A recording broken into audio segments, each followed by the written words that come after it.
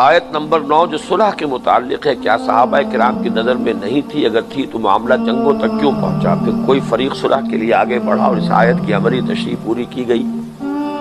یہ ساری تشریحات بھی ہوئی ہیں، عملی کوششیں بھی ہوئی ہیں، لیکن کسی وقت صورتحال ایسی بھی ہو سکتی ہے کہ فتنہ اتنا بڑھ جائے کہ اول تو جیسا کہ میں نے اس وقت بھی عرض کیا تھا کہ پتہ چلانا مشکل ہو جائے کہ حق کس کے ساتھ ہے، ناممکن ہے۔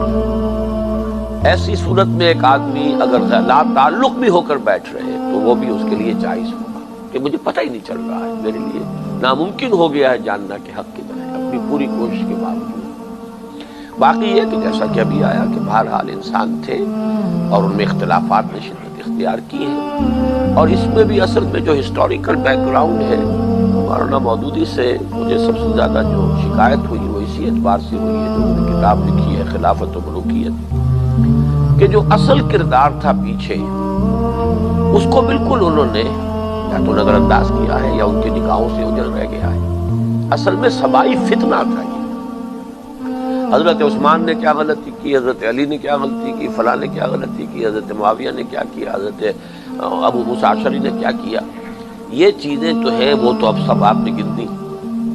اور اصل فتنہ پیچھے جو تھا سبائی جنہوں نے کہ پروپیگنڈا کیا، طوفان اٹھایا، اتنا منظم پروپیگنڈا کیا حضرت عثمان کے خلاف۔ اب عام آدمی کیسے تحقیق کرے؟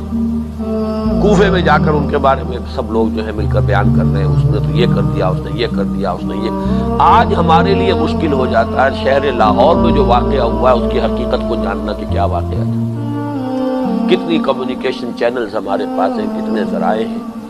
اس وقت جو ہے وہ غلط خبروں کا پھیلا دینا، فتنے کی چیزیں جو ہے بھڑکا دینا اتنا آسان تھا کہ اس کی وجہ سے، اور پھر جب صلح ہونے لگتی تھی وہ ہنگامہ، جیسے کہ جنگ جمل کے موقع پر ہوا ہے، آخر صلح ہو گئی تھی لیکن یہ کہ عین وقت وہ جنگ شروع کر دو۔ اب جب جنگ شروع ہو جائے تو پھر تو یہی ہے کہ آئیدر بی کلڈ اور کل اور بی کلڈ۔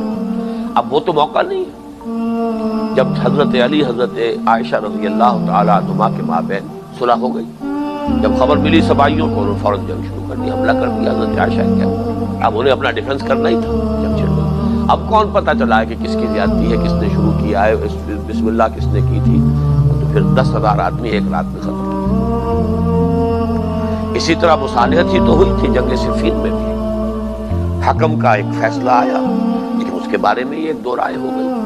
اب ان تمام ہسٹوریکل معاملات کو، اس کی ایک تحقیق اور تفتیش، روایات کیا ہیں، ادھر بھی ہیں ادھر بھی ہیں، یہ ایک علیحدہ موضوع ہے۔ اس کی حد تک یہ سمجھیے کہ اس پر امکانی حد تک عمل کیا گیا، لیکن کوئی سچویشن ایسی بھی ہو سکتی ہے کہ ان سب پر عمل کے باوجود فتنہ پھیلے۔ اس کی مثال ہے ہمارے سامنے تاریخ کی۔